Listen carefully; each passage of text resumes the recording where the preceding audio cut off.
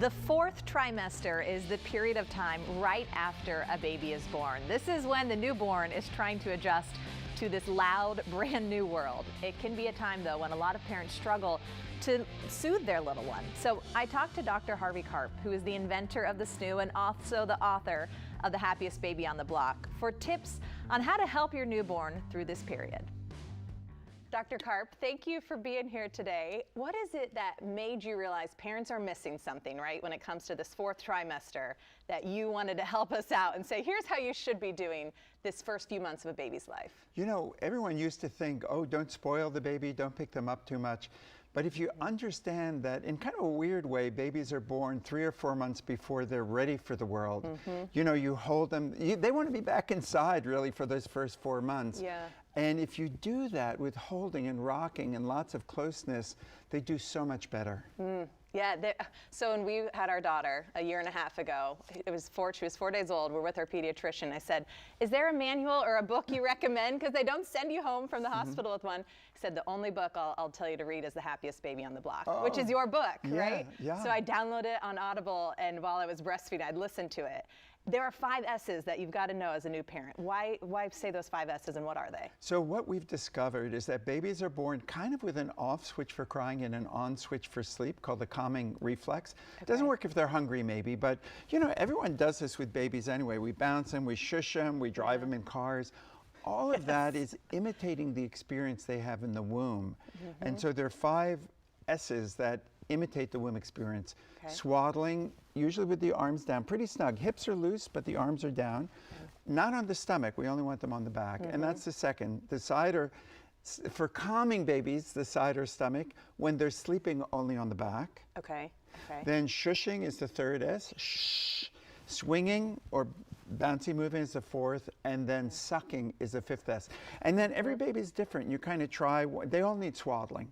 But then you layer on the other S's to calm them down. There's so many swaddles out there, though. I mean, we tried the ones where it's the big square and you're trying to wrap them up. It's easier today, though, isn't it? There's better swaddles out there. Well, I'm proud that we have a swaddle called Sleepy, which was just rated by the New York Times the #1 swaddle in America, and USA Today rated it the #1. So we've gotten a lot of praise for that one. Wow. Okay, that makes it. And my husband can do it, right? It's Velcro. Men are great at that. You know, it's kind of like an engineering job, and you got to figure it out at first. What have you heard from parents like me who are like, Dr. Karp saved us. My daughter learned to sleep through the night so early on. Like, what do you hear from parents about how significant your research has been in our lives?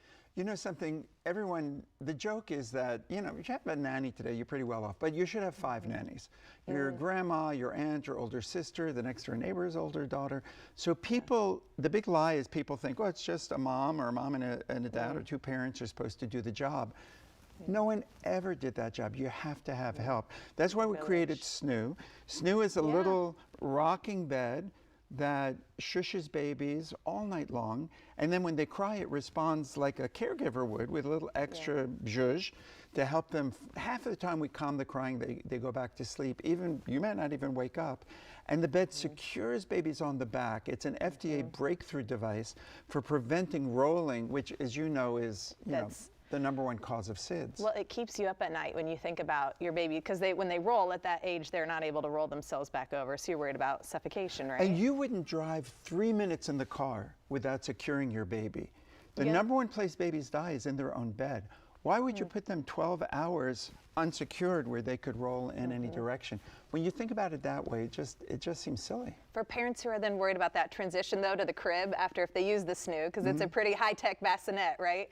Is that transition pretty easy? It's a piece of cake, because by 6 months, the brain is doubled in size, so the babies are much better able to make that transition. And we have a special setting that is a weaning setting. And now anyone can rent the bed for like $5 a day. And in fact, thousands of parents get it for free. That's what we're trying to work on, that insurance companies cover it. And now employers, Under Armour, Snapchat, Activision Blizzard, JP Morgan, if you're an employee, you can get it for free. So we're really looking for companies that we can work with. I also love your advice. You can't spoil it. So I'm ready for #2 here. We're getting ready for #2. I feel like I'll do it differently, like being able to snuggle the baby more. I just know more about this 4th trimester now, which is where your expertise comes in. Exactly. And everyone worries that the second one's not going to get all the love that the first one got.